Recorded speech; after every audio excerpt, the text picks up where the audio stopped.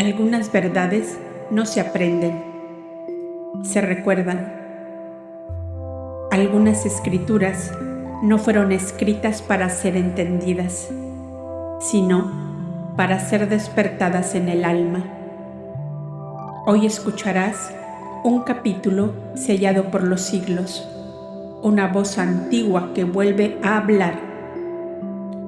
El Papiro 79. Prepárate, porque este relato no solo informa, revela lo que tú ya sabías antes de nacer.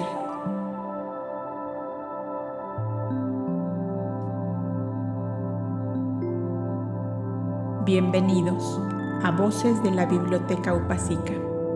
Yo soy Silvia Martínez y he creado este espacio donde el conocimiento ancestral cobra vida a través de la palabra. Aquí exploramos los misterios del universo, la sabiduría oculta y las enseñanzas que han guiado a la humanidad a través de los siglos. Acompáñanos en este viaje de luz y descubrimiento.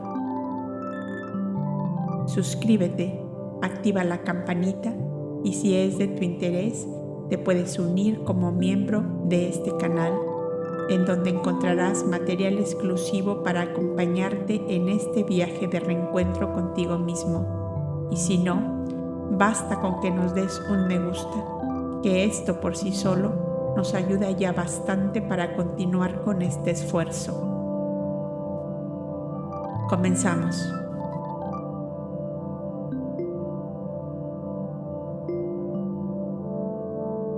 El Papiro 79. El archivo de Ribla, con los 80 rollos de papiro que componían las escrituras del patriarca Aldis, entre las cuales se hallaba transcrita la breve escritura de la princesa Sofía, madre de Vana, fue como una formidable descarga de dinamita a la base de una fortaleza que guardara el fantasma de los siglos ignorados. Y la razón, hija divina de la suprema inteligencia que le otorgó como un don a la criatura humana, se levantó con esplendores de diosa ante los absortos lectores de aquellos papiros amarillentos que en una urna funeraria de las orillas del Nilo había devuelto a la humanidad que buscaba en las tinieblas. Aparecía allí como un sol radiante la energía divina transformándolo todo en el correr de inmensas edades, y por la fuerza omnipotente de sus leyes inmutables, cuya perfección es tal que jamás son cambiadas ni interrumpidas por nada ni por nadie.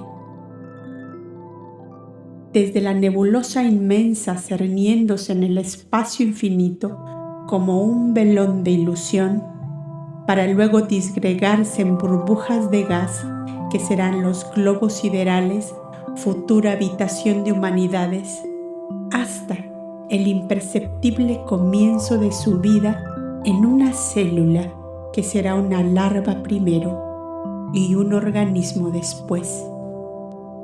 Todo desfiló como en un gigantesco escenario ante los lectores estupefactos de aquel modesto archivo sepultado en las grutas del Monte Tabor,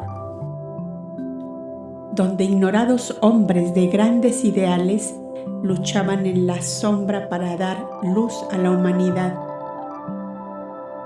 Qué grande aparecía la majestad divina ante ellos. ¿A qué quedaba reducido ese pobre Jehová, pregonado por los textos hebreos, que hace una figura de barro, la sopla y tiene vida, le saca una costilla y surge una mujer? Les parecía risible que seres con inteligencia y con razón hubieran podido escribir una cosa semejante y entregarla como un dogma a la humanidad. Es tan pequeña la criatura humana que difícilmente puede abarcar con su mentalidad la edad de lo eterno, lo que no tiene principio ni tiene fin. y le es asimismo penoso y difícil comprender y asimilar la idea de la lenta evolución y transformación de todos los seres y de todas las cosas, a través de una serie de procesos de perfeccionamiento que ocupan no solo siglos, sino edades de millares de siglos.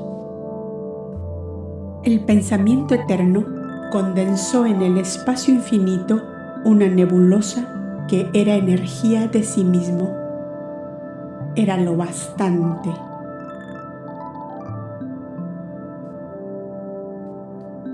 Esa nebulosa seguiría su evolución durante largas edades hasta llegar a formar un sistema planetario, y en cada planeta surgiría a su tiempo la vida inorgánica primero y orgánica después, hasta llegar a través de millares de siglos a la perfección de la especie humana, admirable y magnífica semblanza del eterno Creador, el alma humana, animada de los poderes excelsos de su divino Hacedor y capacitada para llegar hasta Él después de un largo proceso de perfeccionamiento mediante el cultivo y uso de las facultades de que fue dotada.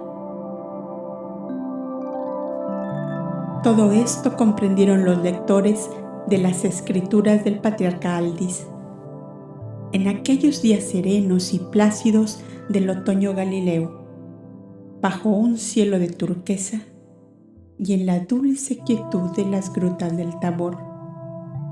Y para dar, como diríamos, una forma claramente comprensible a este relato, veamos, lector amigo, los papiros 79 y 80,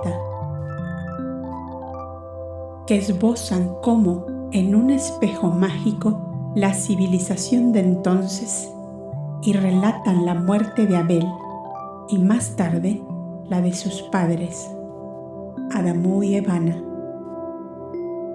El lector sería el maestro Nazán, aquel que pasara 14 años en Alejandría buscando al lado de Filón los rastros de la verdad perdida bajo los escombros amontonados por los siglos. Los otros 9 senios que con él estaban, encargados de instruir y guiar a Yahshua en la conquista de la sabiduría, estaban allí presentes, más los 4 doctores venidos de Jerusalén, el tío Jaime y Josuelín. Era ya un conjunto respetable de inteligencias y de voluntades puestas al servicio de la verdad. El papiro 79 era como una apoteosis del hombre luz, Abel, que continuó la obra de Boindra en favor de la paz y la justicia. El papiro 80 relataba la muerte del justo y más tarde la de sus padres, Adamú y Evana. El maestro Nazán inició la lectura del rollo 79 que decía así: relata la gloria de Abel, que fue como una bendición sobre los pueblos, y su trágica muerte por causa de Caíno, su hermano adoptivo. La luz divina estaba con él, porque siempre buscó el consejo de los ancianos y jamás impuso su voluntad con violencia. Se creía un niño entre los hombres de experiencia y saber, y escuchaba con amor la palabra de todos para obrar aquello que convenía a todos. Nunca se buscó a sí mismo y parecía haber olvidado que era el Tidalá, dirigente de innumerables pueblos que tenían toda su esperanza en él.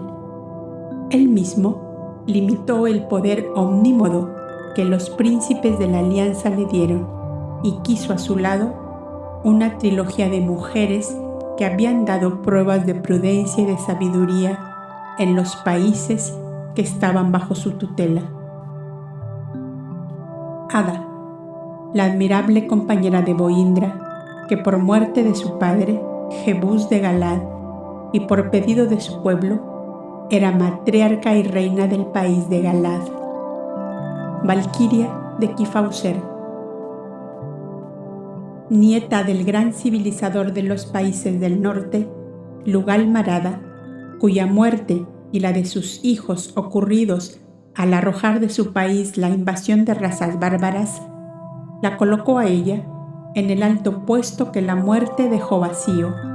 Los países del Ponto Eusino y del Cáucaso occidental gritaban a voces lo que ella era para sus pueblos.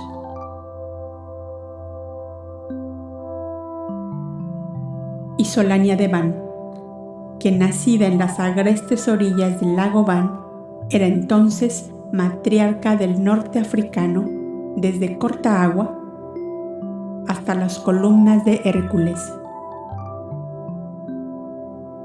desde Túnez hasta el estrecho de Gibraltar, después de haber llevado la ley de la Gran Alianza desde el Bajo Nilo hasta más allá de las cataratas en el país de Artinón.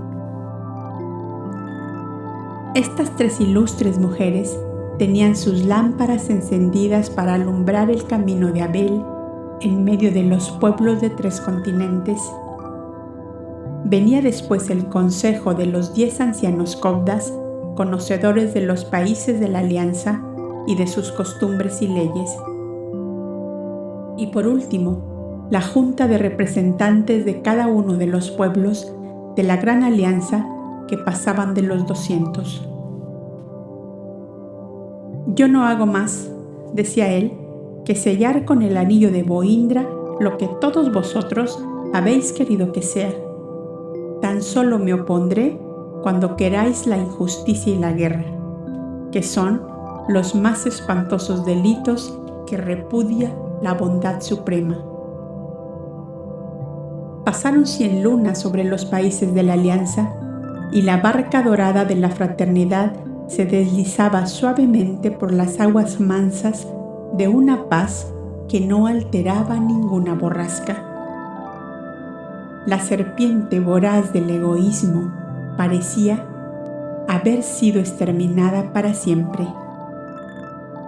Luna tras luna llegaban los coraforcas trayendo al santuario de la paz los mensajes de los países aliados, comunicando a la gran Junta Central de Gobierno las innovaciones, los cambios, los proyectos, los progresos realizados, siempre dentro del marco augusto de la ley que todos habían jurado.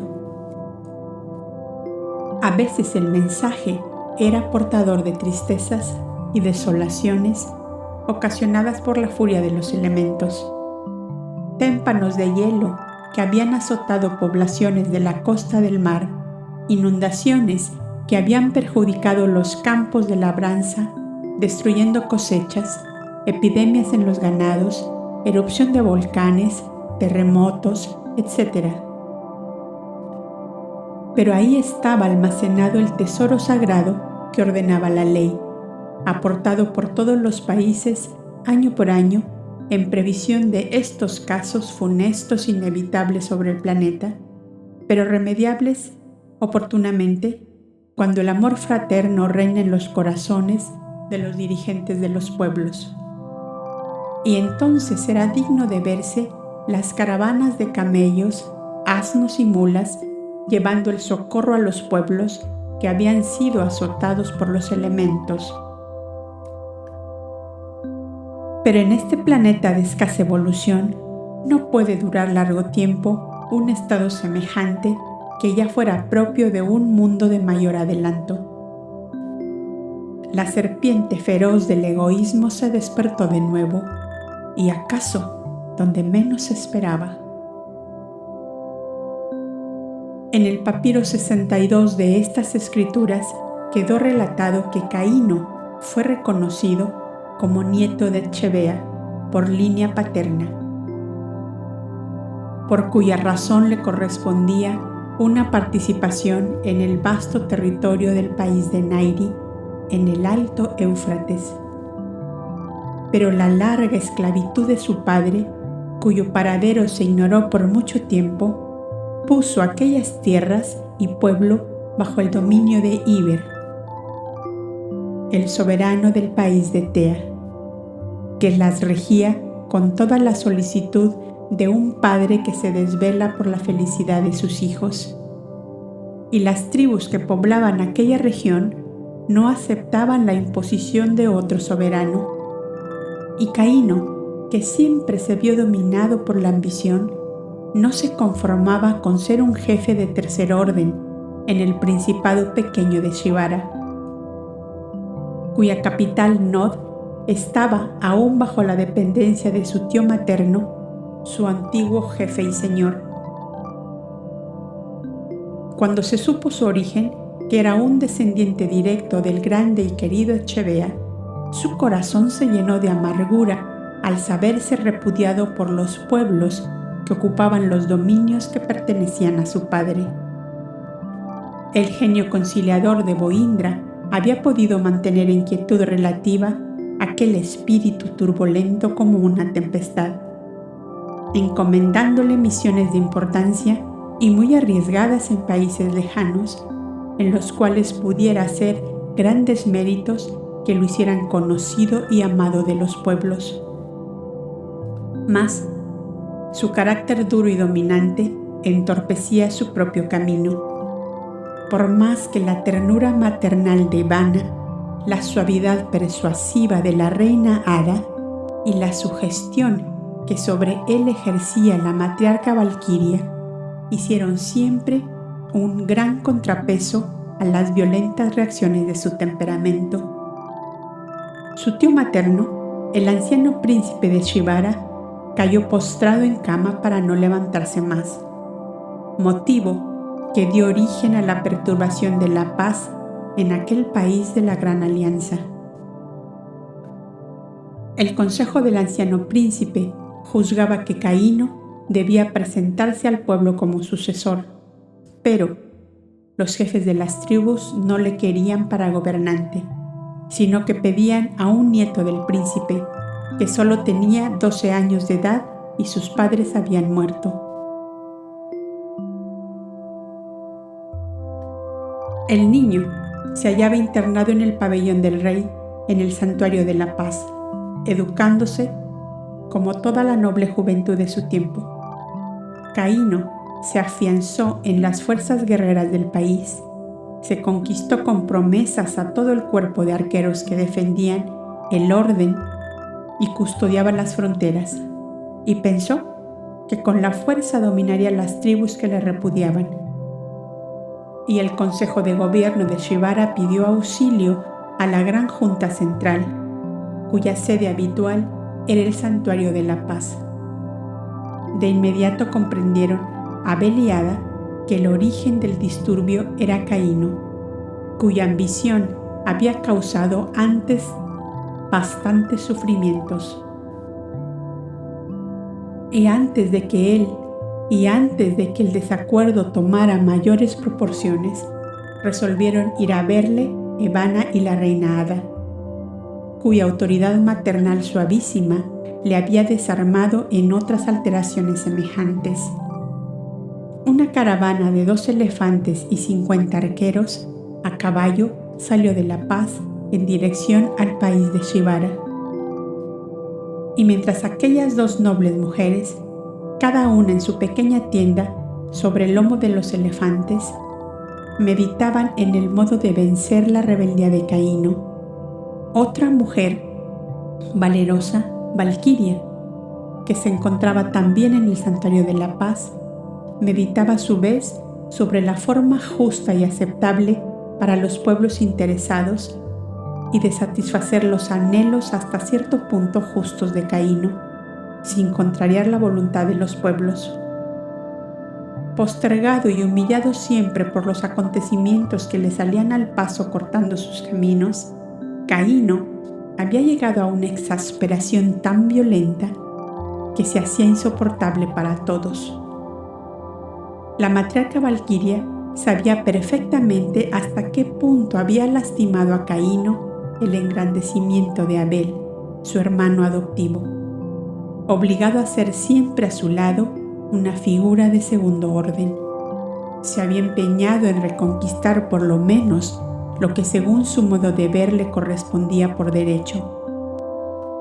La herencia paterna que le adjudicaba en el país de Nairi los pueblos que estaban colindantes con el país de Tea, gobernado por Iber. El dulce y paternal Iber, que era como un vaso de miel para sus súbditos.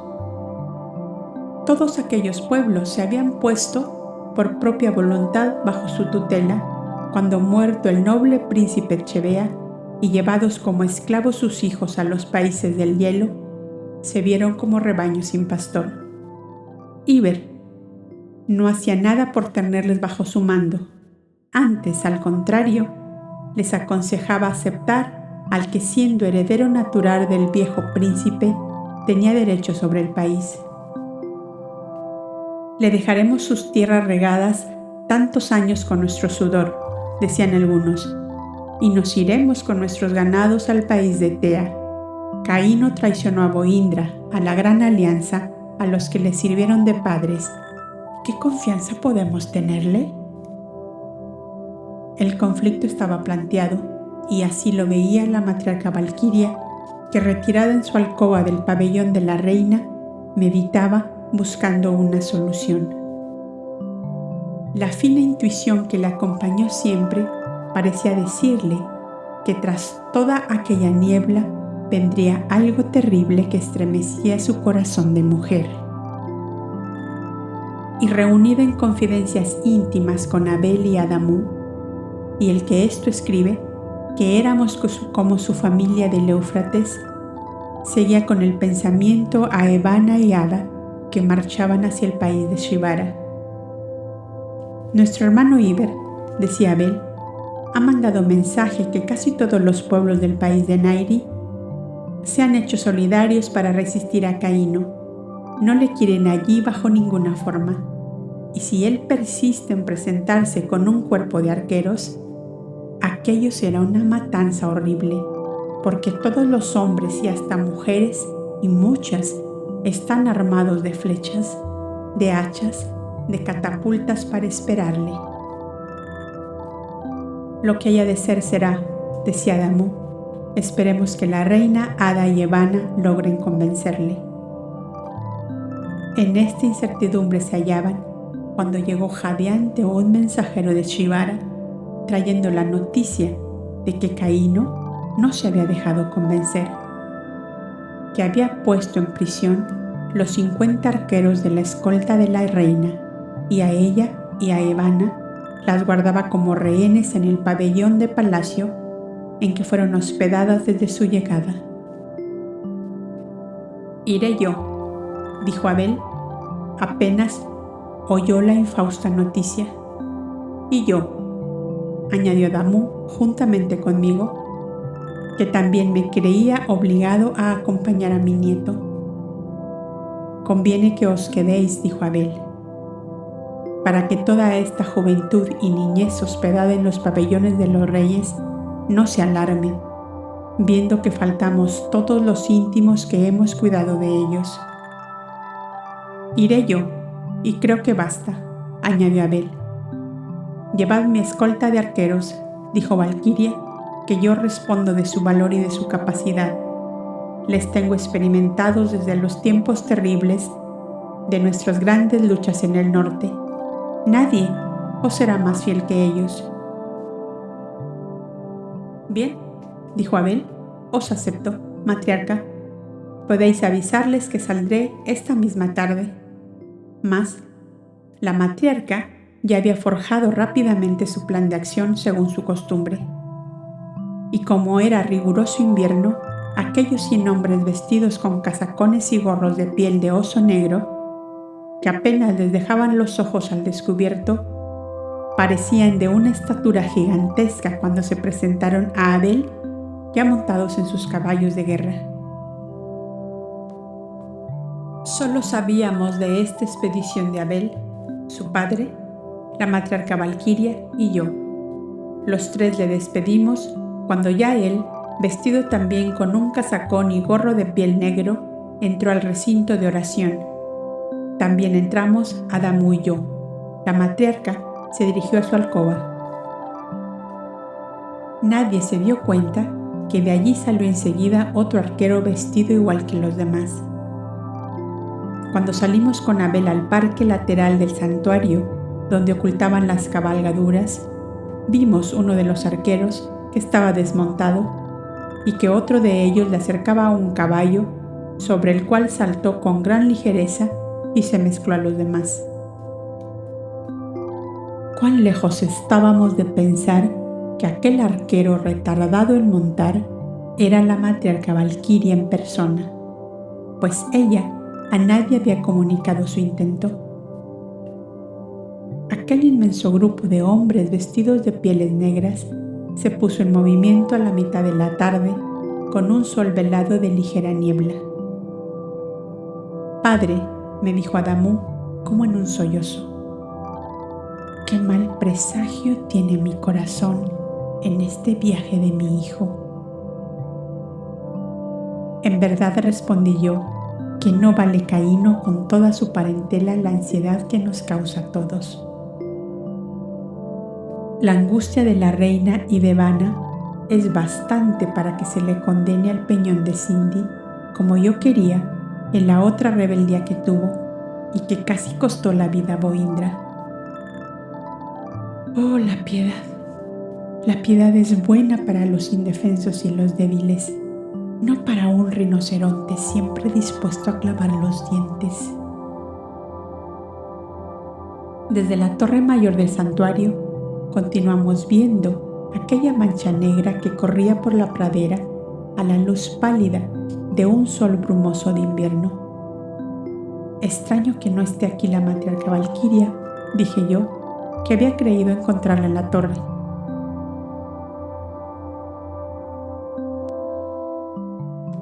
Estará desconsolada, me contestó Adamú, pues ella no quería la partida de Abel por juzgarla muy peligrosa. A ella no le ha pasado desapercibido el odio disimulado de Caíno para mi hijo. Fue un mal que apareció en la niñez cuando el nacimiento de Abel, y ese mal ha crecido juntamente con él. Abel ha querido evitar una matanza terrible si de aquí salían en cuerpos de ejércitos a rescatar a la reina y Evana. De hacerlo así, era ya una guerra declarada. Él cree que aún será posible un razonamiento con Caíno. Dios te oiga, le contesté, y ambos nos dirigimos al pabellón del rey, donde se oía la algarabía de los muchachos que se hallaban en el recreo de la tarde. En el pabellón de la reina se escuchaban los alegres cantares de las doncellas bajo la custodia de sus regentes, las caudas auxiliares de la reina Hada en la educación de la juventud femenina hasta la edad de que tomaran esposo. Nada hacía sospechar en el santuario que una gran tempestad se cernía sobre él. Cuando ya cerrada la noche entré en mi alcoba particular, encontré sobre un retazo de papiro esta breve escritura: Pangrave Aldis. Valor. La hora llega. No decaiga vuestro ánimo, pues debéis ser la fortaleza de todos. Senio. No necesité más para comprenderlo todo. La breve escritura había sido dejada allí por el sensitivo que la recibió en el recinto de oración, en el momento en que yo me despedía de Abel y mi angustiado corazón sentía ansiedades de muerte. ¿Qué pasó allá en Sibara en los 3 días que siguieron al de su partida? Vamos a verlo. Evana y la reina Hada habían agotado todos los recursos de su ternura y bondad para convencer a Caíno de que no sería más feliz por asumir el mando de los pueblos de Nairi en contra de la voluntad de los mismos. La sangre que se derramara por su causa caería sobre él, aplastándolo como a una sierpe venenosa. Su ambición desmedida que lo llevó a desertar del santuario protector a los 15 años, le daba ahora el amargo fruto que saboreaba. Ninguno de los pueblos que por herencia le pertenecían accedía a ser gobernados por él. Ya que mi hermano Abel ha subido tan alto, decía, que me ayude a subir también a mí, que me veo desposeído de todo como un animal dañino del cual todos huyen. Ningún soberbio comprende que su mal lo lleva en sí mismo y se empeña en cargar sobre otro la causa y la culpa que solo está en él. Convencido de que Abel podía forzar a los pueblos de Naire y de Shibara a aceptarlo como soberano, mandó clausurar con fuertes cerrojos el pabellón en que estaban hospedadas la reina Ada y Evanna,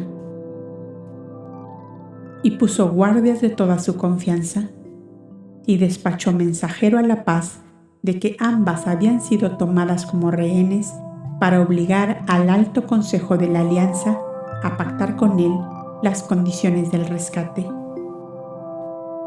Cuando Abel llegó, y antes de entrar en Od, se levantó bandera blanca para anunciar misión de paz, y que nadie se alarmara por aquel centenar de arqueros que le escoltaban.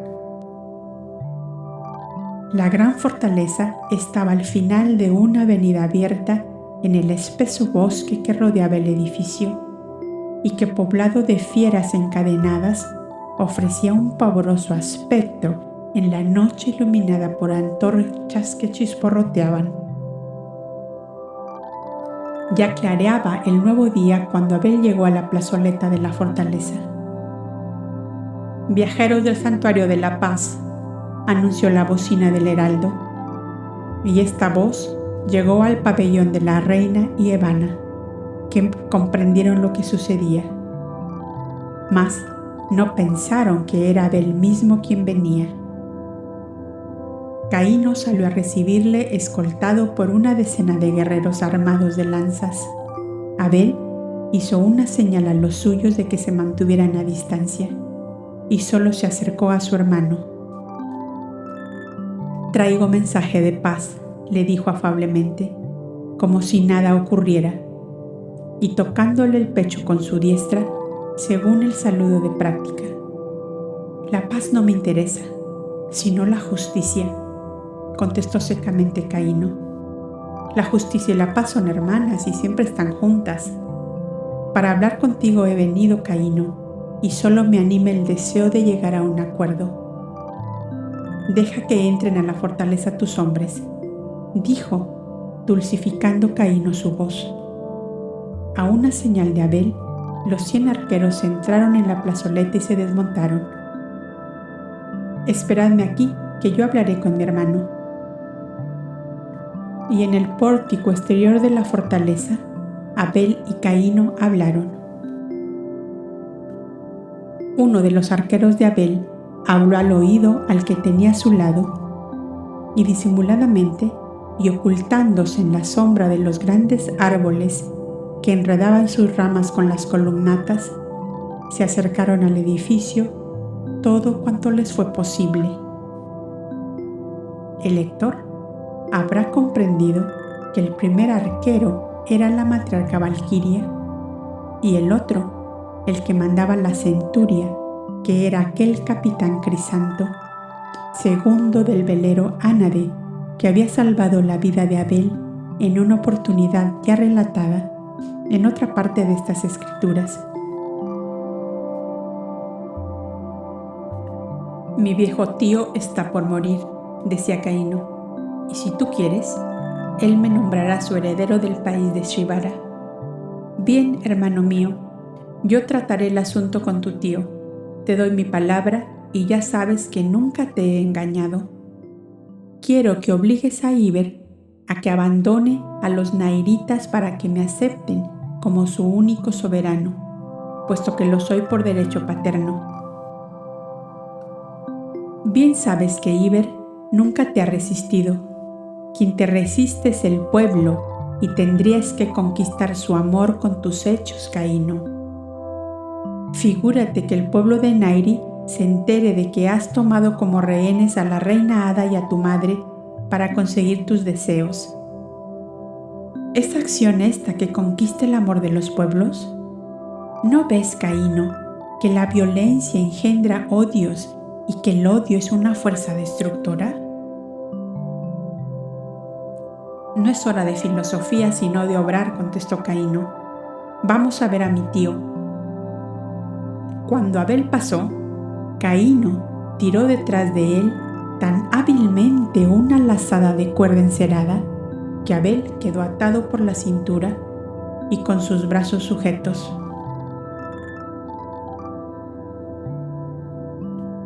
Pero los dos arqueros que se habían escondido en el pórtico hicieron lo propio con Caíno, que sin saber cómo se vio amarrado por dos cuerdas que se apretaban más y más a su cuerpo. ¡Miserables!, gritó, viendo los dos arqueros que le seguían. Vos lo fuiste antes, y a vuestra traición hemos respondido como se merecía. Contestó Valquiria con fuerte voz. ¡Esa voz!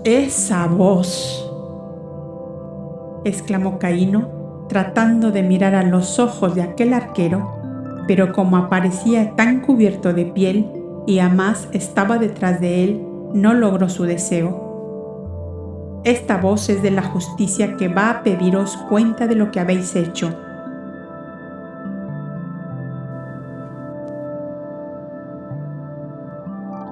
¡La matriarca Valquiria!, dijeron al mismo tiempo Abel y Caíno, volviendo el rostro hacia ella.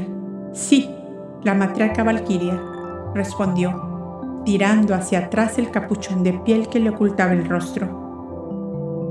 ¿Eres vos el descendiente de Echevea que reclama el puesto de su ilustre abuelo? Si se levantara de su tumba, sería para maldeciros por vuestra infamia sin nombre. Aprisionar a la reina Hada, la compañera de Boindra, que fue el padre de todos. Aprisionar a vuestra madre, que os conservó la vida para que hoy la uséis en contra de ella. No merecéis ver la luz del sol, ni pisar la tierra santa que nos alimenta a todos. La vibración de su voz y sus palabras era tan intensa que refrenó por un momento la cólera de Caíno. Vos, matriarca, dijo, no tenéis nada que ver en este asunto. Es gratuita vuestra intervención. ¿Habéis olvidado el pacto que hicimos en Kifauser, por el cual quedaba obligada yo a teneros en cuenta en toda empresa importante que quisiera realizar, y a vos a no hacer nada sin consultarme? ¿Lo habéis olvidado? Yo que soy mujer he cumplido mi palabra, pero vos no habéis cumplido la vuestra. Estaría por negar que corriera por vuestras venas la sangre noble de Echevea. Matriarca, dijo Abel, podrías haberos ahorrado este grave disgusto. Hablemos tranquilamente y todo llegará a buen término. Valquiria sacó de su pecho un pequeño puñal y cortó la cuerda que sujetaba a Abel. Gracias, matriarca. Ahora yo cortaré la de mi hermano. No, grandeza, perdonad. A él se le debe tratar como se tratan los traidores. Me habéis hecho compartir con vos la autoridad suprema. Dejadme ejercerla en este instante. Vuestra alma no puede medirse con los buitres.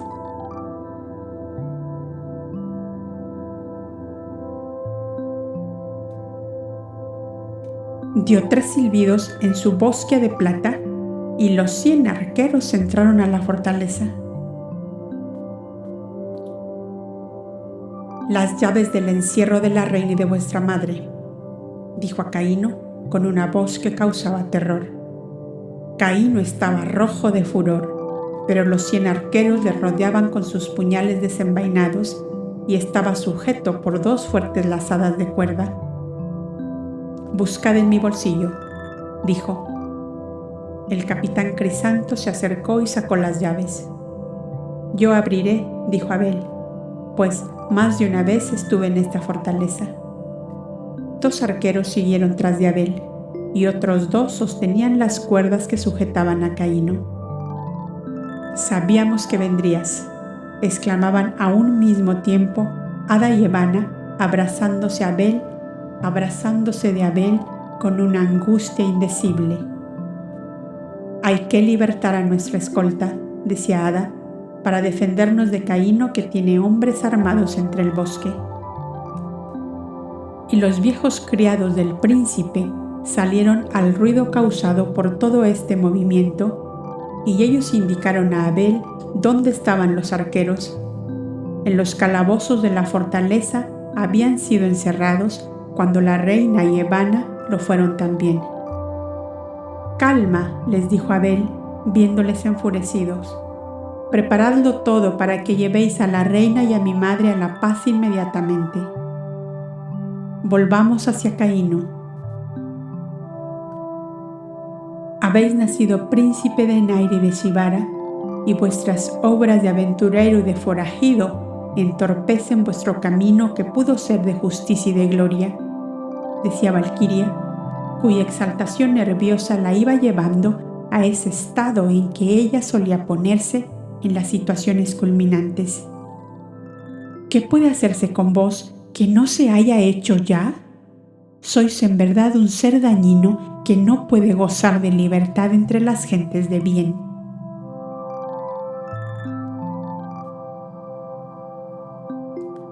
La reina y Evana se negaban a partir sin Abel, el cual volvió a donde había quedado Caíno. Ambas le siguieron sin que él se diera cuenta, y grande fue su sorpresa al encontrar a la matriarca Valquiria como un ángel de justicia, de pie ante Caíno, sujeto con cuerdas. «Venís a tiempo, reina Ada, para confirmar la sentencia que ya tengo dada contra este vil traidor».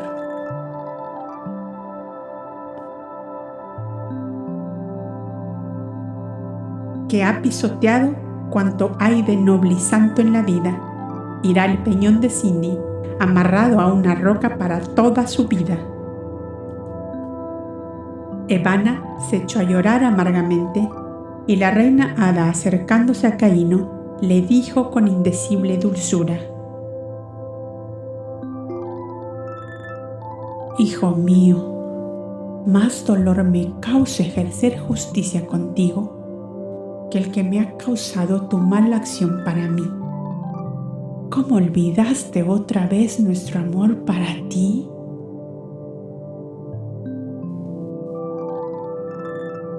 Caíno guardó silencio.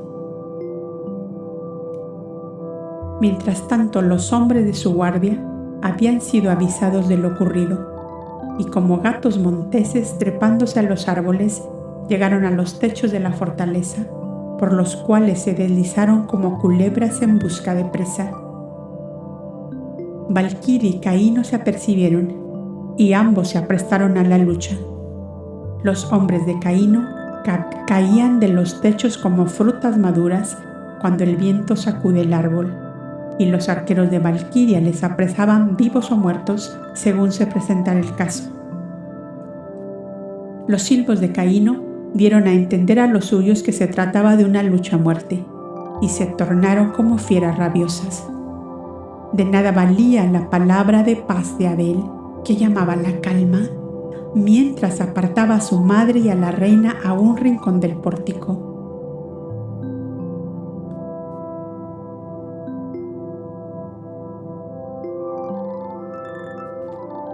«Llevadlas al interior de la fortaleza», decía Valquiria a Abel, «que mis arqueros bastan para restablecer el orden». En realidad, lo que más deseaba la matriarca era alejar de allí a Abel, pues había visto las miradas de Caíno que le señalaba a sus hombres la persona de Abel, por lo cual la intención de ellos era apoderarse de él. Ada y Evana, abrazadas de Abel, le arrastraban también hacia adentro. Casi todos los hombres de Caíno estaban ya maniatados, cuando de pronto entró silbando una flecha que hirió al centurión de los arqueros en el hombro izquierdo, luego otra y otra más. Eran disparadas desde el espeso bosque que llegaba hasta la plazoleta delantera. «¡Adentro, príncipe Abel, adentro!», gritaba Valquiria. «Idos vos también, matriarca», le dijo Caíno, «y yo pondré calma en mis hombres». Y diciéndolo se tiró con todo su peso sobre ella para arrojarla a tierra. Entonces Valquiria, que parecía un dios guerrero, le puso el pie sobre la espalda, pues había caído boca abajo. «Muerde la tierra, reptil venenoso», le dijo, «y que la justicia de Dios caiga sobre ti». En ese preciso instante, uno de los hombres de Caíno, que espiaba desde el techo, arrojó con fuerza su puñal sobre Abel, que se inclinaba a socorrer a su madre presa de un desmayo. El arma aguda y de doble filo penetró como un punzón en la espalda de Abel por el lado izquierdo, tocándole el corazón. Valquiria corrió hacia él y le sacó el puñal que destilaba sangre. «No es nada», decía Abel, procurando tenerse en pie sostenido por Valquiria y la reina. «El odio es fuerza destructora, el amor es vida y es paz. Piensa en el amor, Caíno, y que Dios te perdone». «Madre, reina mía, Valquiria, sed clementes con los que aún no saben ser buenos», fueron sus últimas palabras. Caíno no había vuelto en sí del golpe recibido y yacía aún tendido entre los cuerpos de sus hombres heridos y otros amarrados con cuerdas. Abel fue llevado al lecho de la reina y Evan al suyo. Cuando la madre volvió al conocimiento, el gran hijo, el amado hijo, que había sido su gloria y su dicha, ya no vivía más sobre la tierra. Se abrazó a su cadáver aún tibio y la escena que allí tuvo lugar no es para ser descrita, sino para ser sentida y vivida por aquellos que sepan lo que es un amor como el que aquella madre tuvo a ese hijo. Caíno fue mandado al peñón de Sindi, condenado a cadena perpetua por la intercesión de la reina Ada, que recordaba las últimas palabras de Abel: «Sed clementes con los que aún no saben ser buenos». Todos los príncipes y caudillos de la alianza querían para él una terrible muerte. Ahorcado, descuartizado, quemado vivo, todo les parecía poco para su crimen. Las últimas palabras de Abel le salvaron la vida. Era el hombre luz, el hombre amor, el Cristo hombre, y su amor para todos los seres envolvió también a Caíno, que amarrado a una roca en el pavoroso peñón de Sindi, comprendió por fin que teniéndolo todo, lo había perdido todo, y que habiendo nacido junto a la luz, se había rodeado de tinieblas por su soberbia y desmedida ambición. Qué doloroso regreso el de las 3 amantes mujeres que recibieron el postrer suspiro del hombre luz. Sobre el lomo de un elefante, bajo colgaduras de púrpura, regresó Abel al santuario de la paz, acompañado de su madre, la reina Ada y Valquiria. Había salido 3 días antes a todo el correr de su caballo a salvar a su madre y a la reina de las furias de Caíno, y volvía atraído por ellas, que aunque estaban con vida, tenían la muerte dentro del alma. «Mi niño rubio», decía Ivana besándole los cabellos, «ya no veré más tus ojos color de hoja seca». «Aquí estoy, madre, y estos mismos ojos te miran desde el inmenso infinito», le dijo una voz suave, apenas perceptible. Evana levantó sus ojos inundados de llanto y vio junto a ella la visión resplandeciente de Abel. Ese mismo día le vimos todos en el recinto de oración, cuyo ambiente saturado de angustia no permitía otra vibración que la de aquel nombre tan amado que parecía le llevábamos todos grabado a fuego en el corazón.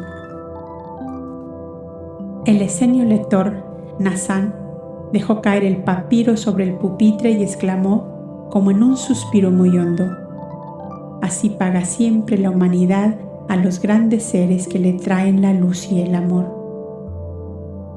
Yashua, con una palidez mate en su semblante, parecía absorbido por un pensamiento profundo que hacía incierta y vaga su mirada.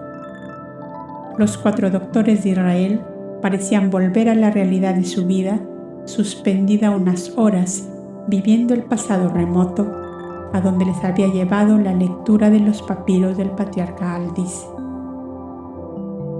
¿Qué opináis de esto?, preguntó por fin Yashua a sus amigos.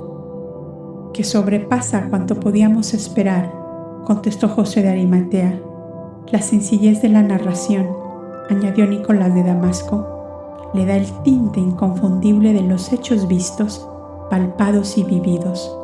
Solo un testigo ocular relata de ese modo.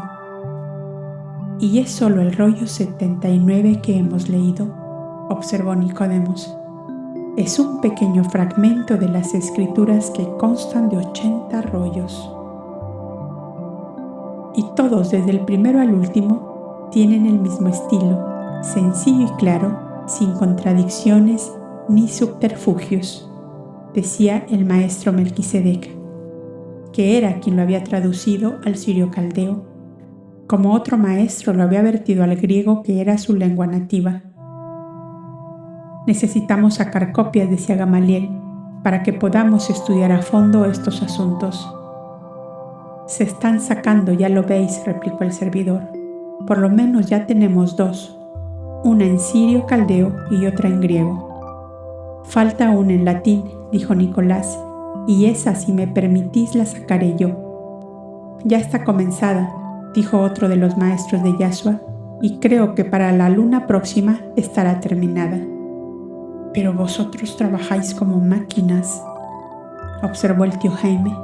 Decidme, ¿cuándo dormís y cuándo coméis? Comer y dormir, contestó el servidor, es cosa muy rápida y que nos lleva poco tiempo. Nuestra vida entera es el trabajo por la verdad eterna que hará buenos y justos a los hombres. ¿Creéis, pues, que el mayor mal de la humanidad es la ignorancia?, preguntó Nicodemos. Justamente, y la obra máxima de los hombres de ideal es dar la verdad a las muchedumbres como el pan de cada día. La humanidad mata a los predicadores de la verdad, observó Gamaliel, y de ahí viene la dificultad para su divulgación. Los mártires de la verdad surgen de nuevo a la vida y vuelven a morir por ella, y la siguen pregonando a través de los siglos que la sepultan. Luego, bajo los escombros de falsedades que por sí mismas se derrumban. Observó Ptolemy, otro de los sabios maestros de Yashua. Hay que tener en cuenta, dijo Nicolás de Damasco, que no toda la humanidad tiene el mismo desarrollo intelectual que es necesario para comprender la verdad divina. En cuanto a la comprensión de la grandeza divina, tenéis razón, contestó el servidor, pero todos podemos comprender un relato como las escrituras del patriarca Aldis, que son como un retazo de vida humana clara y lógicamente vivida hace 8.300 años antes de la hora actual. ¿Qué necesidad había de desfigurar los hechos naturales y sencillos con lo inverosímil y maravilloso, menos comprendidos aún? He pensado muchas veces que lo más indispensable que hay para predisponer a la humanidad a la comprensión de la verdad es familiarizarla con la ley de evolución en los mundos y en los seres, dijo Gamaliel. La escuela de Sócrates y Platón tuvo esa tendencia, pero fue ahogada al nacer por los materialistas epicúreos, que encontraron más cómodo disfrutar la alegría de la vida llena de realidades palpables y halagadoras, dejando lo intangible, lo invisible, para los siglos futuros o para la vida de ultratumba. No obstante que estos comentarios absorbían la atención general, todos percibieron que Yashua se había quedado como sumido en profunda meditación. Y José de Arimatea le sacó de ese estado. Yashua, ¿en qué piensas? ¿Que así te encierras en ese silencio?, le preguntó. Pensaba en Caíno, contestó. ¿Qué extraña fuerza indomable será esa que le dominaba aún en medio de un ambiente como el que había entre los Caudas? ¿Por qué él fue insensible a la influencia divina del bien y del amor que subyugaba y atraía a todos? ¿Por qué sus torcidas tendencias no se equilibraban con el peso de tanto bien como vio a su alrededor desde la niñez? Ser malo entre los malos puede ser fácil, pero ser malo entre los buenos es ya una monstruosidad del mal. Del relato mismo del patriarca Aldis, dijo Melquisedec, se desprende en varios pasajes que los coptas se preocuparon mucho por él, debido a que por revelaciones espirituales conocieron su pasado desde remotas edades, y en casi todas sus encarnaciones anteriores había obrado mal, en contra de los obreros del bien y de la justicia, impulsado por la ambición.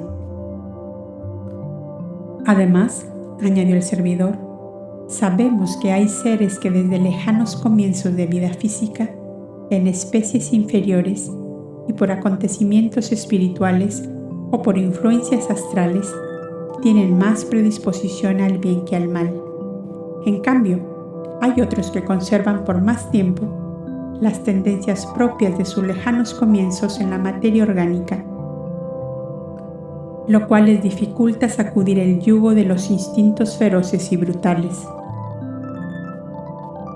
A esto hay que añadir que cuando el ser llega a la capacidad de comprensión y razonamiento, está la ley del libre albedrío, que abre al alma horizontes muy amplios, los cuales acepta o rechaza libremente. Somos libres de aceptar lo mejor o lo peor, pero estamos sujetos a las consecuencias que trae el bien o el mal elegido. La variedad de los seres es infinita, y así como no hay dos fisonomías perfectamente iguales, no hay tampoco dos inteligencias iguales en evolución.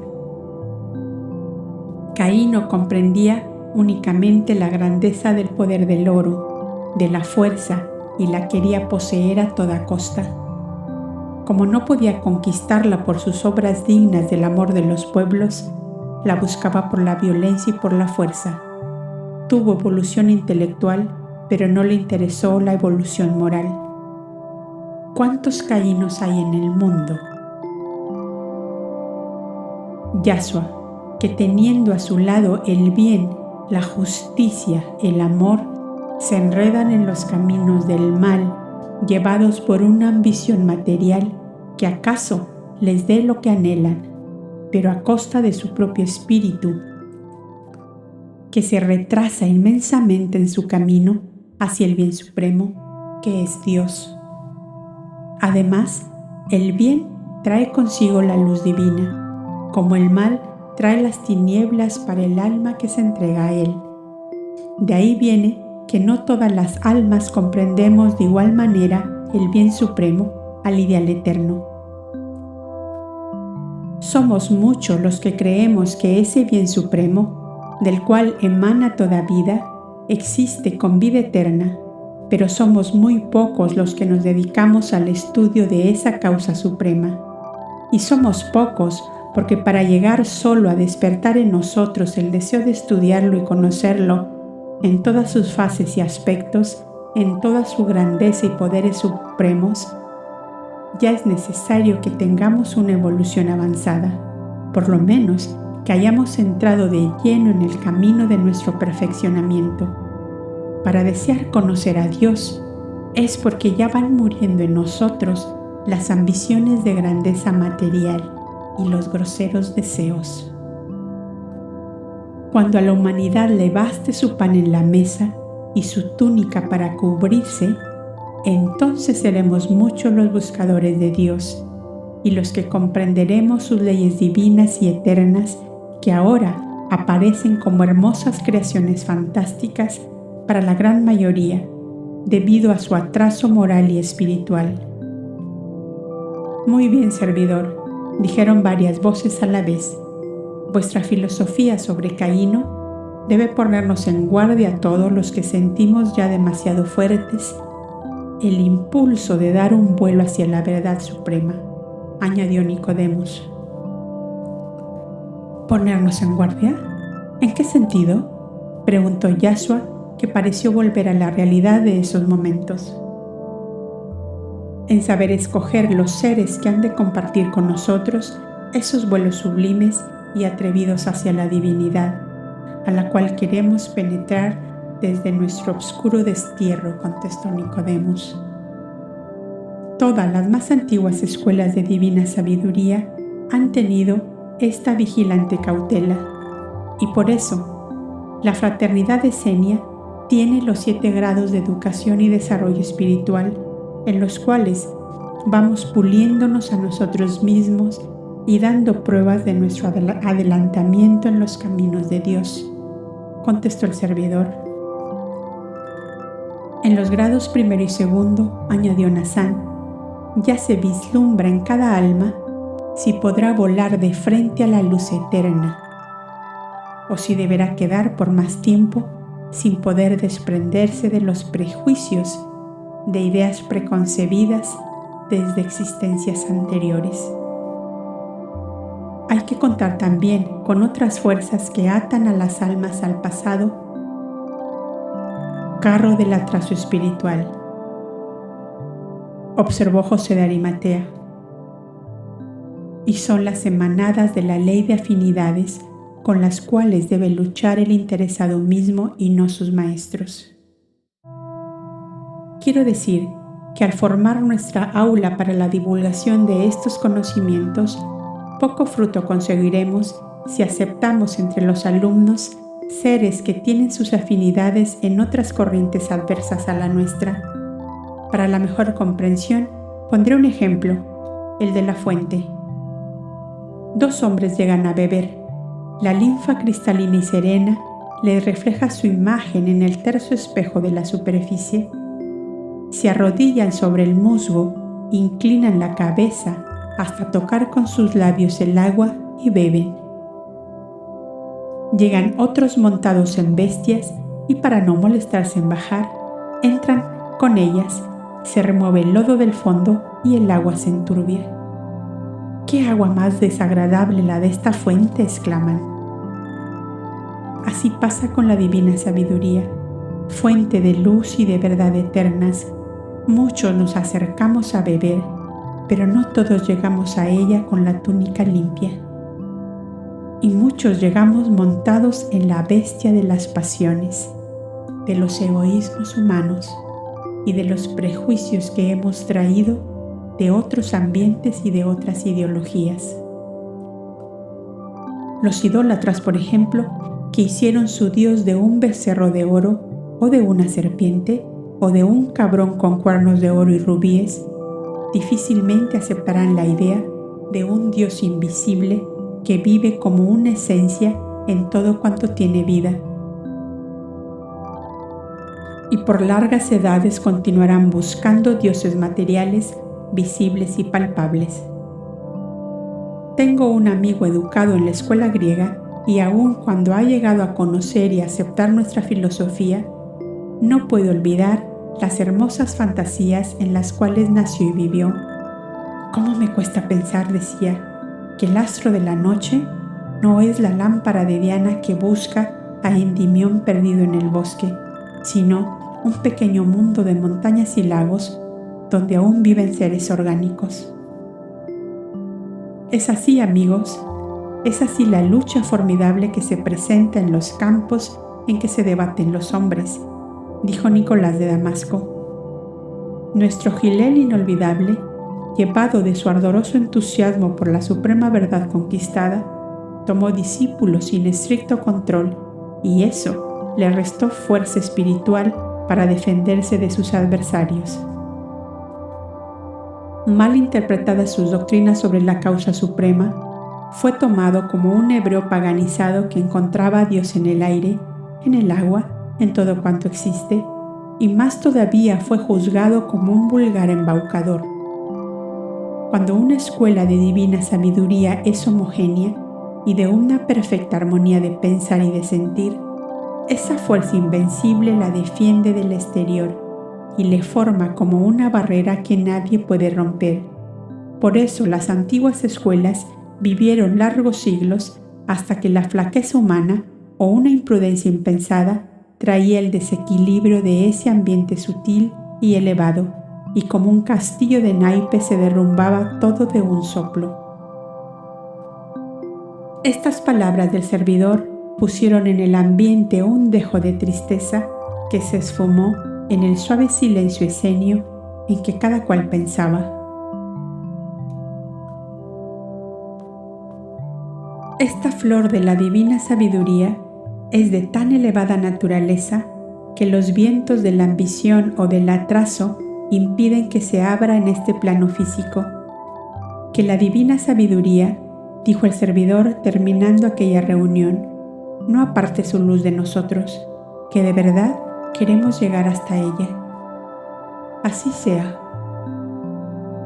Así sea, dijeron todos y salieron del archivo a los vallecitos perfumados de flores que rodeaban las grutas del santuario.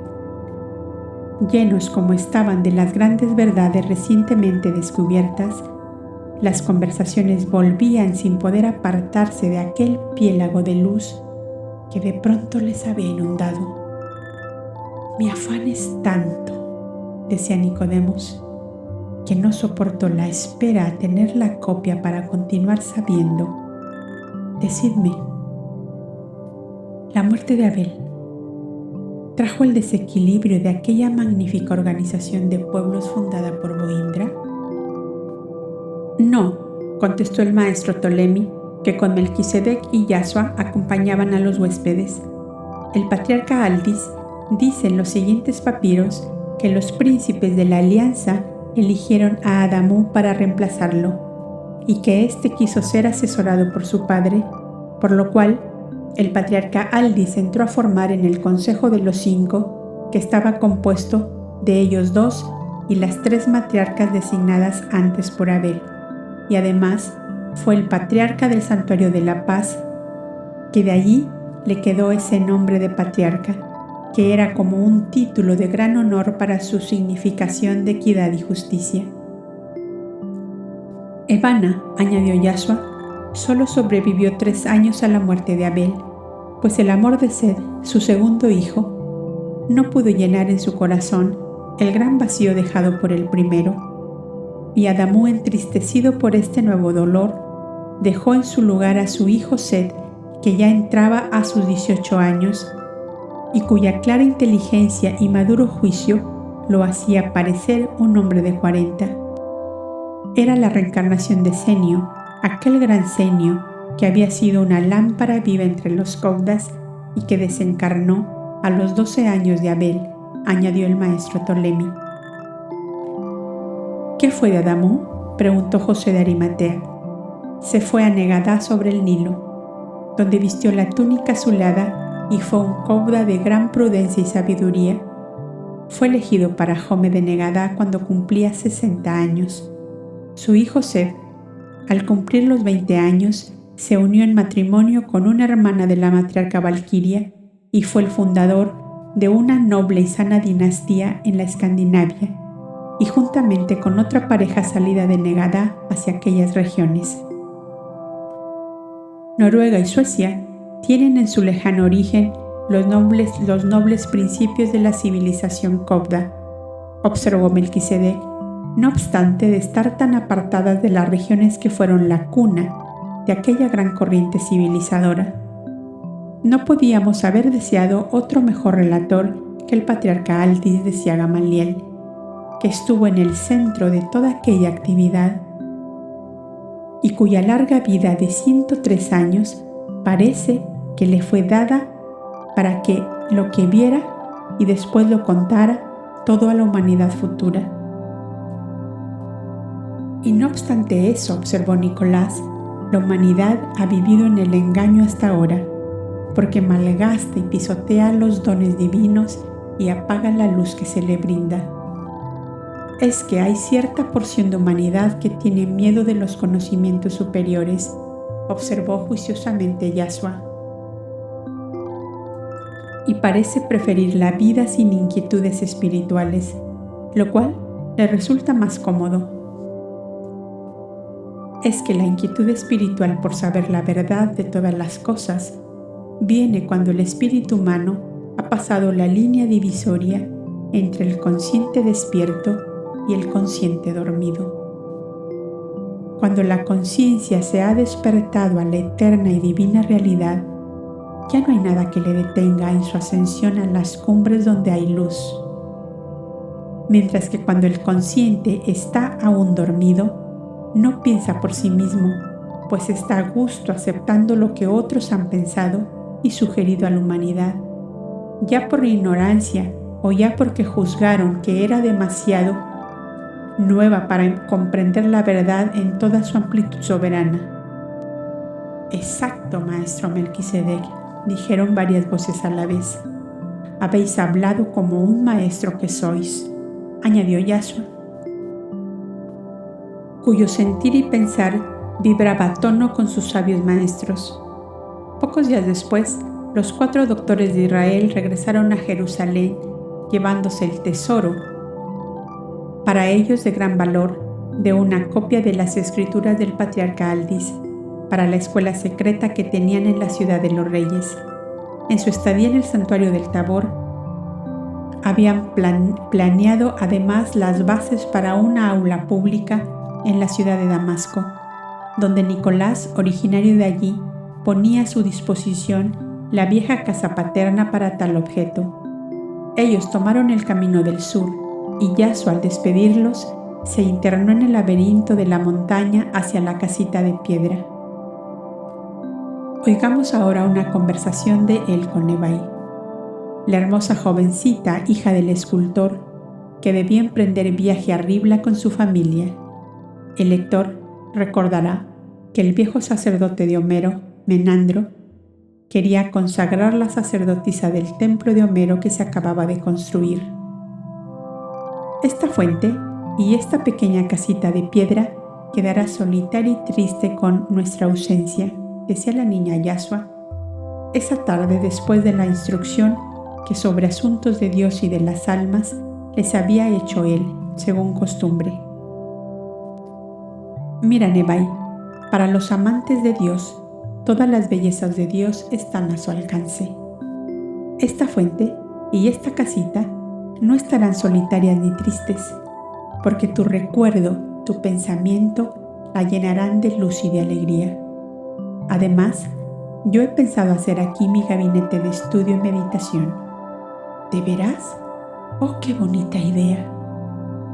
Entonces, Yashua, a esta misma hora yo pensaré en la casita y en la fuente, en las palomas y los rosales, en los jazmineros nevados de flores, y así mi destierro será menos triste. ¿Cómo, Nebai? ¿Le llamas destierro a Ribla? Ay, no sabes lo que dices, hermana mía. Cuando estés allá, todo esto que encuentras tan bello te parecerá pobre y mezquino comparado con aquello.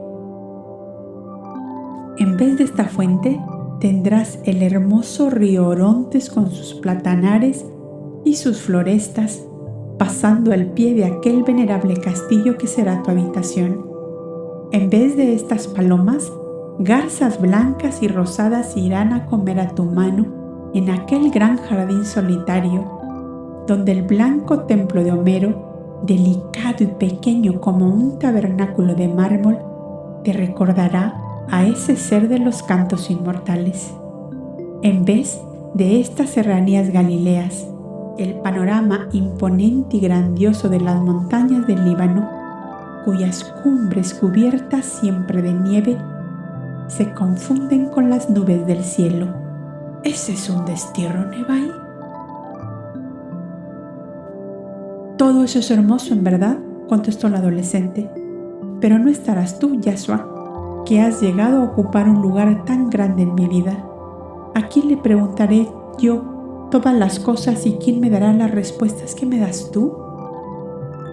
Ya sabía yo que me dirías esto, y por eso te dije al comenzar esta conversación que para los amantes de Dios, todas las bellezas de Dios están a su alcance. Belleza de Dios es tenerte cerca de mí, Yashua, y oír tu palabra, y eso no lo tendré en Ribla. Estoy tan acostumbrada a esta visita tuya todas las tardes. Pero tampoco la tendrías cuando yo volviera a Nazaret con mi familia, le observó Yashua. Y los servidores de Dios tenemos que sobrepasar todos estos inconvenientes creados por la materia que revestimos. ¿De qué manera?, preguntó Nebai. Ya sabes que la eterna ley tiene hilos invisibles que atan las almas unas a otras como atas tú las flores para formar una guirnalda. ¿Y por qué la ley eterna se empeña en atar las almas con hilos invisibles?, preguntó la niña. Porque las almas que son afines, o sea, que piensan y sienten de igual manera, forman unidas una poderosa corriente que las inteligencias guías de la evolución humana utilizan para impulsar las masas de seres poco evolucionadas a dar un paso en su camino o apartarles del mal en que se hallan sumidos. En los santuarios esenios, donde he pasado casi el mayor tiempo de mi vida, se observan a diario cosas que al común de las gentes les parecerían maravillosas, y es debido a la fuerza que tiene esa corriente que se llama afinidad, formada por la igualdad de pensar, de querer y de sentir entre almas que se unen para un determinado fin. Por ejemplo, del santuario sale uno o varios hermanos en misión benéfica y justa sobre un determinado lugar. Los que quedan les siguen con su pensamiento y su amor, y en las horas del sueño les evocan y les llaman para alentarles y ayudarles al cumplimiento de lo que se proponen. En las crónicas que llevan los solitarios se encuentran relatadas muchas de estas bellezas de Dios. En el monte Cuarantana hubo un esenio que yo he conocido y que ya no vive en la tierra. Le llamaban Josín, aunque su nombre de familia era Publio Virgilio Marón. Originario de Italia. Un tío materno suyo era gran servidor en el santuario de Moab, y como estos grandes maestros sabían que se acercaba el tiempo de la llegada del Mesías, querían que el ambiente terrestre se sutilizara un tanto para poder dar la entrada. Josín era un buen sujeto para intermediario, debido a su gran facultad sensitiva. Era un esenio de 3er grado, joven todavía, y los maestros encontraron en él las condiciones necesarias y fue enviado a la Roma de los Césares. La ley eterna no había dejado ver aún el sitio preciso en que el espíritu luz tomaría la vida física, y siendo Roma la que tenía el timón de la civilización humana, los maestros pensaron que toda la fuerza del bien y del amor debían impulsarle en aquella dirección. Y Josín dejó la soledad del santuario y fue a Roma, llevando en sí toda la fuerza de amor, de paz y de justicia que los esenios de todos los santuarios emitían por medio de él. Y Augusto César se enamoró de los cantos divinos y proféticos de Virgilio. Fue su poeta favorito, y la llamada larga paz romana permitió el acercamiento del hombre luz al plano terrestre. ¿Y dónde está ese hombre luz?, preguntó Nebai con marcado anhelo. Parece que los maestros esenios lo han descubierto ya, pero yo no lo sé todavía.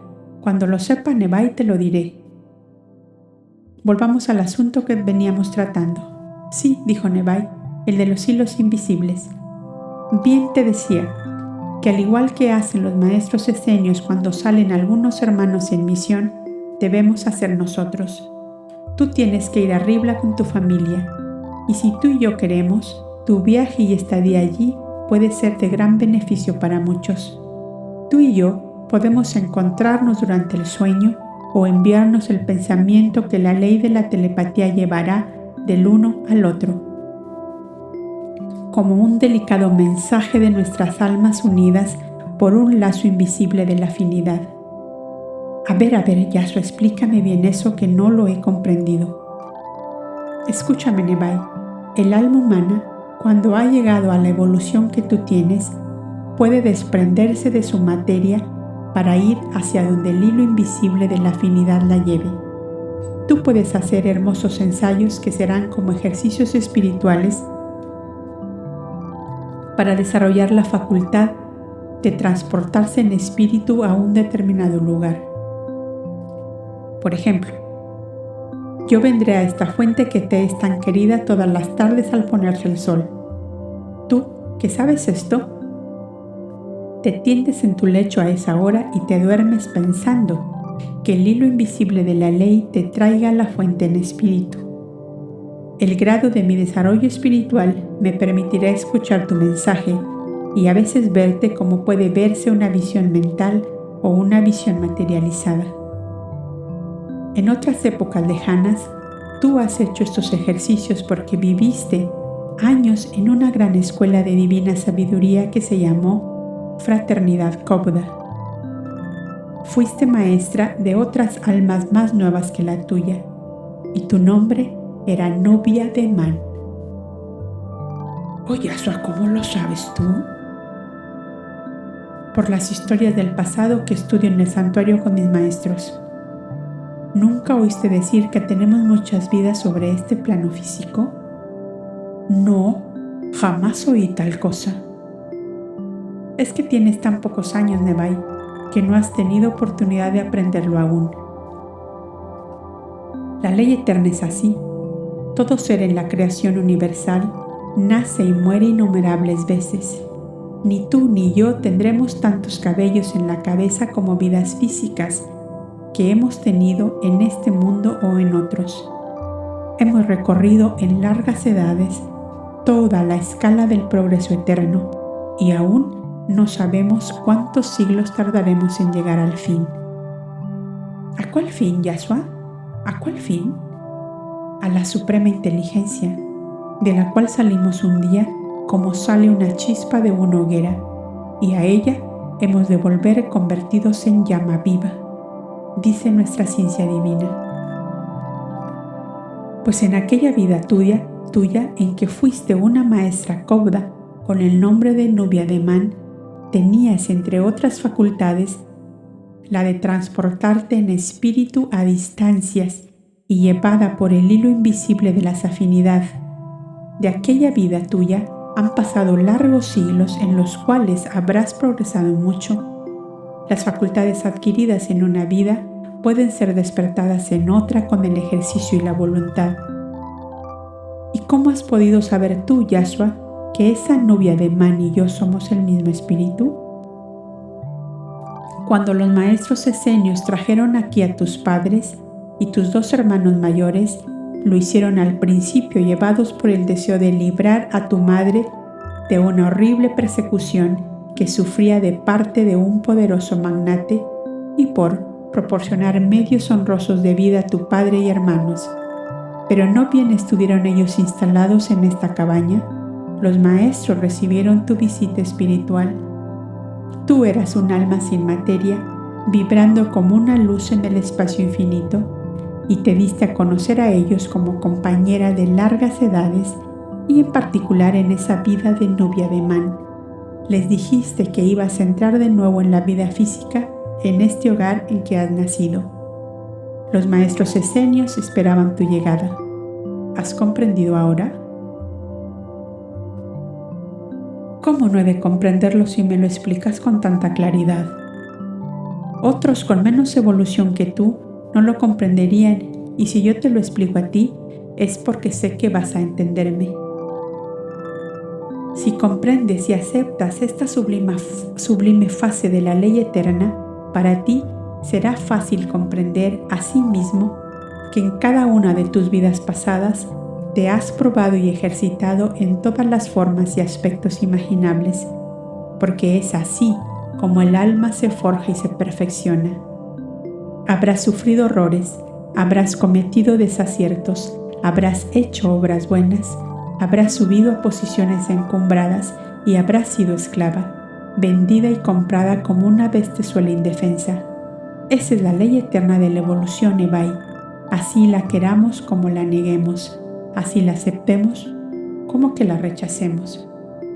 Yo, por ejemplo, he sido pastor, labriego, picapedrero, marino, y he sido también rey, filósofo y médico, en un país que hoy yace en el fondo de los mares, a donde fue sepultado por un gran cataclismo hace 14.000 años.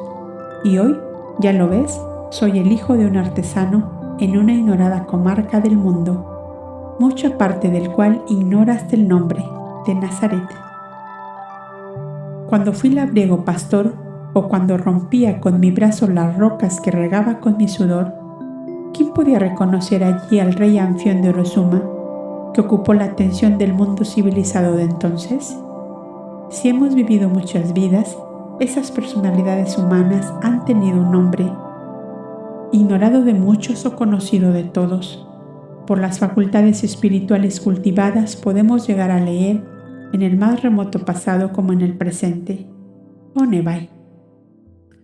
La grandeza de Dios tiene magnificencia de sabiduría y de poder, y tratar de conquistarlas con nuestro esfuerzo es el deber de las almas que han llegado a una mediana evolución.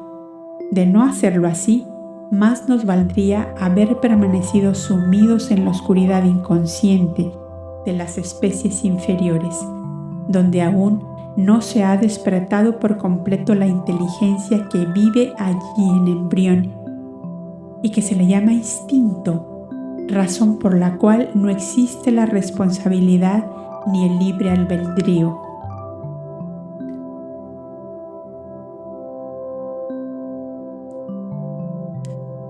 De aquí a 6 días saldremos para Riblas, según lo he oído a mi padre, dijo Nebai. Y perdona, Yashua, que interrumpa tu explicación sobre las vidas sucesivas, que creo haber comprendido bien. Ahora dime, ¿encuentras bien que yo acceda a ser consagrada sacerdotisa de Homero? Sí, Nebai, porque eso es un simple accidente de tu vida que no te obliga a cambiar tu senda espiritual y te pone en una posición muy ventajosa para hacer el bien en medio de la porción de humanidad que te rodea. Homero fue un genio inspirado por la belleza divina que recordaba momentos como si en ellos volviera a vivir en el plano superior de la legión de amadores a la que pertenece. De esa elevada personalidad han hecho en su país natal, Grecia, algo así como un genio benéfico y protector, al cual invocan sobre las mieses, los viñedos, los olivares, huertos y jardines, porque creen que él flota como un céfiro suave sobre cuanto hay de bello y bueno. Le levantan templos formados de columnatas por entre los cuales todos podemos entrar, y no hay más altar que un pedestal de mármol con un gran pebetero de lo mismo, donde se pone fuego para quemar perfumes y hierbas aromáticas. De la techumbre cuelga una lámpara de aceite de oliva que no se apaga jamás. Tu cuidado será ese, Nebai, quemar perfumes de Arabia y alimentar la lámpara que debe arder siempre. Es un símbolo de la gloriosa inmortalidad de Homero y de los pensamientos de amor que desde la tierra suben hasta él en busca de protección. Homero vivirá eternamente, dice la luz de su lámpara. Hacia él va siempre la ofrenda de nuestro amor, dicen las esencias que se queman en las ascuas ardientes. A la doncella elegida para sacerdotisa se le asigna una renta vitalicia mientras se mantenga en estado de doncella, o sea, sin tomar esposo, pero no le está prohibido casarse si así lo desea. Otra doncella la reemplazará. Debe cantar cada día a la salida o a la puesta del sol una estrofa de los cantos de Homero. Debe ser la depositaria y guardiana de las ofrendas o votos que los amantes del genio tutelar le llevan a su templo. Y cuando consisten en frutas, olivas, aceite o jugo de vid, la sacerdotisa puede distribuirlos entre los niños menesterosos, que por tales dones quedan bajo la tutela del genio benéfico. Tal es la tradición entre los descendientes del poeta inmortal. Como ves, no hay nada oneroso ni indigno en todo esto. Antes, al contrario, una aureola de respeto te rodeará, Nebai. ¿Ayudarás con esto a tu propia familia, que podrá con más facilidad abrirse un camino honrado de trabajo en un medio ambiente de equidad y rectitud? Ya verás, Nebai, ya verás qué ancho campo se abre ante ti para derramar el bien a manos llenas. ¿Me ayudarás, Yashua? ¿Me ayudarás a cumplir con mi deber en ese ancho campo en que tú me ves? Preguntó Nebai, como si le causara alarma verse sola en la nueva vida que iba a comenzar. Claro que sí. ¿Cómo lo has puesto en duda? Te ayudaré a distancia y una vez cada año iré acompañando al anciano Menandro, que mientras viva no te descuidará. Además, con una madre como la tuya, nunca debes creerte sola. Mírala, viene en dirección a nosotros trayéndonos una cestilla de frutas y golosinas. La suave y dulce mujer se sentó con ellos al borde de la fuente diciendo: Hermoso hijo de Miriam, ¿cuánto echaremos de menos en Ribla estas horas de amor y de paz que traes contigo a esta cabaña? Acabo de enseñar a Nebai la forma de no echarme de menos, le contestó Yashua sonriente. Es una excelente discípula vuestra hija y ya hemos quedado de acuerdo en todo y para todo. Ella os lo explicará y yo os ruego que la ayudéis con vuestra tierna vigilancia para que ella tenga firmeza en sus nuevas actividades. Ya os dije que mi madre vendrá a despediros según vos lo habéis pedido. Sí, la estoy esperando. Miriam es el único lazo de familia que me une a estas tierras, que dejaré sin pena, porque en ellas he padecido tanto. ¿Lo oyes, Nebai? Tu madre va a Ribla feliz y contenta, y yo lo estoy también de que vayáis, porque hay algo en mí mismo que me dice o me anuncia que vosotros vais a abrir el camino de la luz hacia Antioquía. El Orontes pasa besando vuestros jardines y acaricia también los muros de aquella gran capital que encierra para mí como una promesa de grandes cosas. Aún no acierto a definir lo que se encierra en este sentir mío, pero creo que muy pronto os lo podré decir. ¿Acaso en la primera visita que os haga en la próxima primavera? Pocos momentos después, Yashua tornaba al santuario a pasos lentos, mientras dejaba correr su pensamiento sobre un futuro que comenzaba a ver levantarse como entre una bruma de oro pálido hacia aquella populosa ciudad, hermosa cortesana lúbrica que vivía en un eterno festín, pero que una voz íntima le decía: más fácil es prender el fuego del amor divino en la cortesana que ríe porque ignora el dolor ajeno, que en la rígida Jerusalén que conoce el dolor de los humildes y levanta sobre él su pedestal de oro.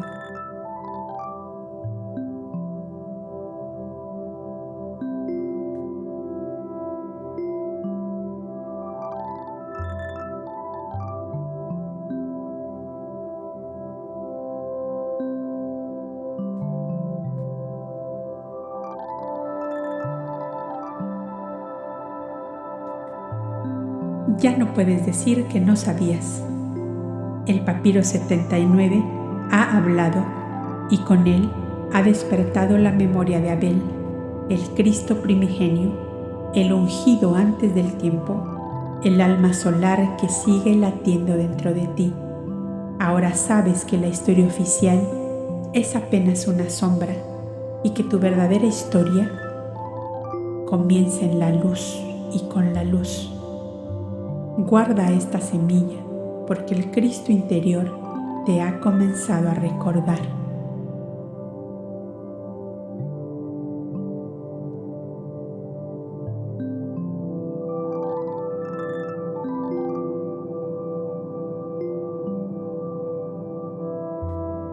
Correspondencias arqueológicas y tradicionales del capítulo El Papiro 79.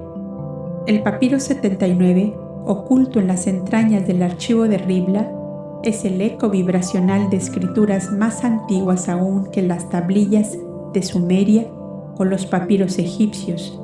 Su sabiduría resuena con las tablillas solares de los templos atlantes de Poseidonis, los registros de la Fraternidad de la Paz conservados en cámaras subterráneas, los códices coptianos del Golfo Pérsico, los manuscritos sagrados de Aldis en las Torres del Silencio, los archivos acásicos preservados en los templos interiores de Lemuria.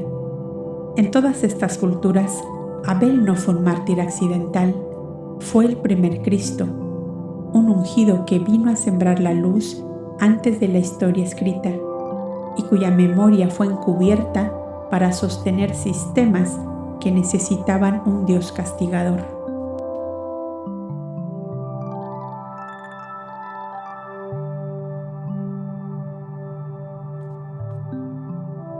Puente con la historia sagrada del capítulo El Papiro 79. El Papiro 79 restituye el linaje solar que las religiones patriarcales ocultaron. El Cristo interior no comienza con Jesús, comienza con la primera manifestación consciente del Verbo encarnado en la tierra. Esto es afirmado por las grandes tradiciones ocultas, en la Cábala como el Sadik primordial, raíz de todo equilibrio cósmico, en la Teosofía como el Mahatma solar, encarnado en la tercera raza raíz, en el gnosticismo como el Aeón puro que descendió antes de los tiempos para despertar la conciencia dormida, en el cristianismo esotérico como la manifestación previa al Cristo histórico, en la toltequidad como el náhuatl primigenio que sembró la semilla solar en la humanidad naciente. Este capítulo nos recuerda que la historia espiritual no es lineal, es vibracional, y su verbo no puede ser anulado por siglos de dogma, porque vive en la memoria secreta del alma humana. Y como decía Hermes Trismegisto, lo que ha sido escrito en luz jamás podrá ser borrado por las tinieblas. Porque el Papiro 79 no solo se lee con los ojos, se activa en el corazón del que está listo para recordar.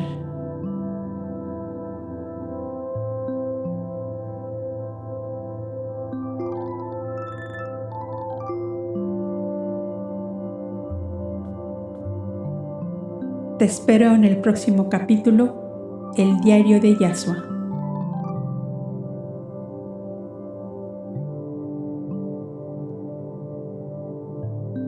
Gracias por acompañarnos en este episodio de Voces de la Biblioteca Upasika. Que estas palabras resuenen en tu interior y te inspiren en tu propio camino de búsqueda y despertar.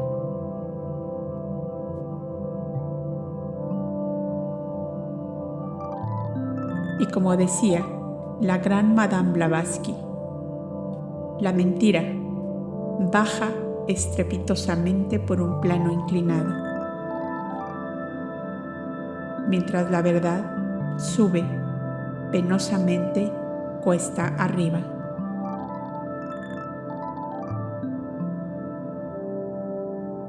Y antes de despedirnos, te invitamos a que te suscribas, que actives la campanita y que nos des un me gusta. Y que si quieres ir aún más allá, te hagas miembro exclusivo de este canal en donde mes a mes creamos contenido especial para acompañarte en este camino tan íntimo que no se puede definir con palabras. Nos encontramos en el próximo episodio. Hasta entonces, que la luz del pensamiento ilumine tu sendero.